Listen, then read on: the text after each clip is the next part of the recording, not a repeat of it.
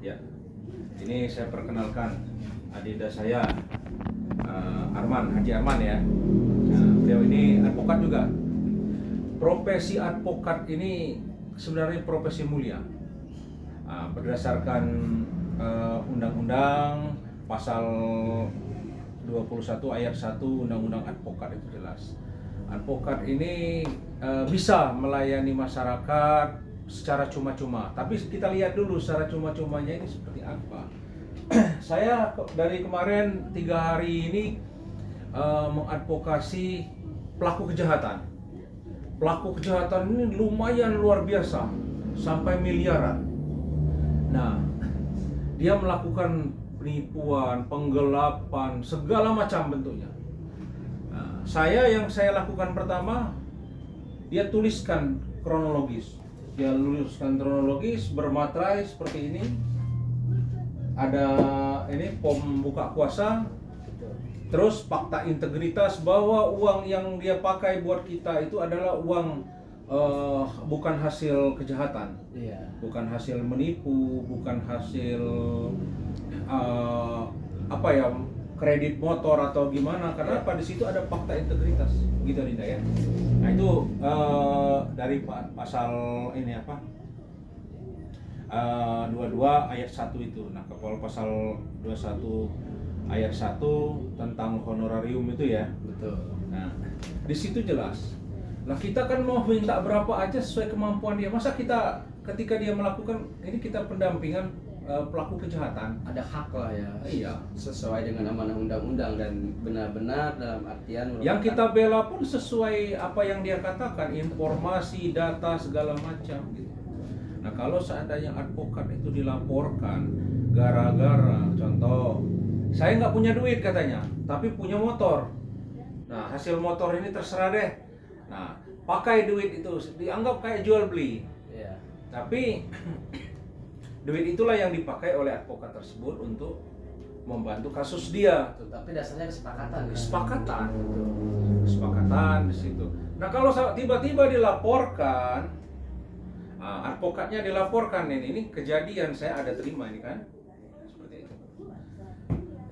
Di sini jelas barangnya masih ada enggak gitu. Kan begitu. Betul. Gelap itu apa sih? Kecuali barangnya sudah tidak ada. Barangnya sudah dimusnahkan atau dioper ke orang lain. Nah, ini anggap yang berkenaan dengan kasus Adinda ini kita tidak membawa opini kan atau apa, tidak menggiring opini. Barang itu masih ada apa tidak? Ya, jelas barang masih ada. Nah, tapi kan ada kesepakatan kita berikan kalau seandainya dia bisa mengganti dengan kesepakatan awal keuangan yang sudah dipergunakan untuk jasa advokat awal gitu kan. Iya. Kan pergi kemana-mana ngurus itu kan butuh biaya. Jelas betul. Persidangan yang lain-lain kan gitu. Itu contoh. Nah, kita kembali lagi nih. Ini ke masalah pasal 21 poin 1 ya. Poin 1 itu ayat 1, advokat berhak menerima honorarium atas jasa yang telah diberikan kepada kliennya. Begitu loh. Nah, udah itu 2, besarnya honorarium atas jasa hukum sebagaimana yang dimaksud pada ayat tersebut. 3, ditetapkan secara wajar berdasarkan persetujuan kedua belah pihak. Ya kalau seandainya dia setuju buka kuasa 1 miliar, ya kan nggak bisa kita tolak. Ya kalau yang gratis pakai pisang aja bayar kan seturui, ya kita terima juga kan. Bahkan ada yang memang nggak punya apa-apa, pulang pun kita ongkos dia, kan begitu. Nah kalau seandainya kita harus ini tidak diperbolehkan menerima honor atau apa, advokat ini kan tidak dibayar sama siapapun. Dan profesi ya. Profesi ini dibiayai oleh klien, dibayar oleh klien. Nah, itu. Ya kalau semua hampir 100%, ya kan kita akhirnya dibawa dinas sosial ya kan. Ya pengalaman seperti ini kan pada prinsipnya ini kalau misalkan emang mudah-mudahan dalam artian bisa tidak hanya dilihat dari satu sisi. Iya.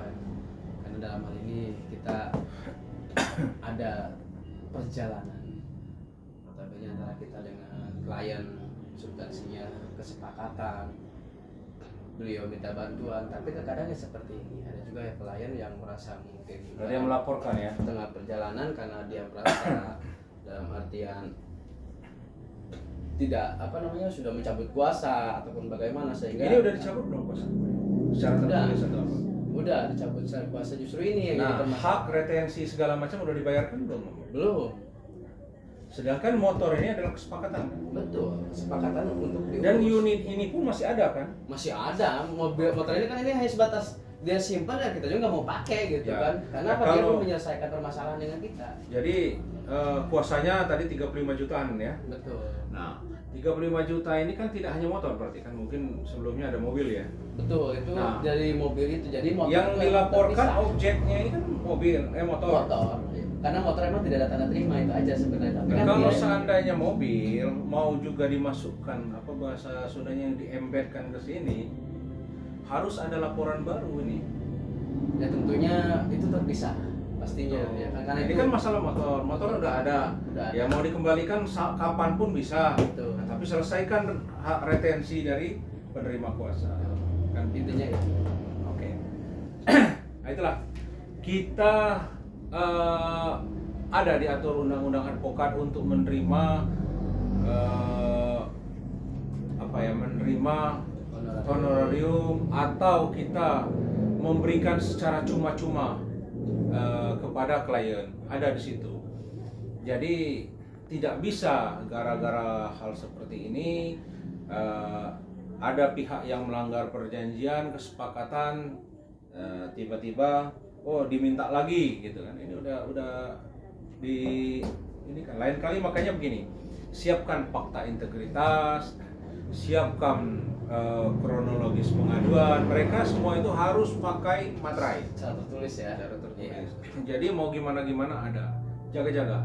Jadi saya pun beberapa kali menangani advokat yang kena masalah. Masalahnya salah satunya di 262, 263 itu pemalsuan tanda tangan. Jangan pernah kita menerima kuasa kalau seandainya prinsipalnya tidak hadir depan kita. Betul. Mau dia sehebat apapun, mau dia sesibuk apapun, apalagi kelas penjahat, panggil, siap datang, tanda tangan, video kapan perlu. Nah, itulah bisa bukti bahwa tanda tangannya asli. Nah, ini pernah kita tangani, dititipkan ke anaknya, ibu saya nggak bisa hadir. Nah, ini seperti ini. Oh gitu. Nah, akhirnya kita permasalahkan gitu. Padahal di perjalanan ibunya itu benar tanda tangan, tapi semua kesalahan itu dilempar. Gimana caranya supaya advokat ini jadi tameng gitu dari semua kejahatan yang dilakukan. Saya 3 hari berturut-turut ini menerima, ada yang 89 kasus perkaranya, ada yang sampai nih berapa dia daftar hutang. Kita tidak sebutkan nama ya. Ini nilainya segini, jumlahnya 83. Gak usah dison. Terus ini satu kasus, satu perkara. Perkara kedua ini sampai berapa nih daftar hutang dia? Ini 25 tambah 25 50 ditambah ini, jadi semuanya 89 orang. Jumlah totalnya 1,8 miliar. Nah, yang satu lagi itu sekitar 4 miliar. Jadi dia nipu sana tipu sini. Nah itu.